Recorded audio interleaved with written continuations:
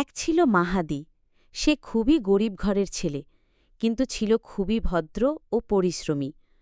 প্রতিদিন সকালে সে জঙ্গলে গিয়ে কাঠ কেটে আনত এবং বিক্রি করে মায়ের জন্য চাল ডাল কিনত। একদিন মাহাদি কাঠ কাটতে কাটতে হঠাৎ একটি ছোট ঝর্ণার পাশে গিয়ে দেখে সেখানে একটি সোনালি পোশাক পরা ছোট্ট পরী কাঁদছে। মাহাদি কাছে গিয়ে জিজ্ঞেস করল, তুমি কাঁদছ কেন? পরী বলল, আমার জাদুর ফুল হারিয়ে গেছে, সেটা ছাড়া আমি আমার রাজ্যে ফিরতে পারব না।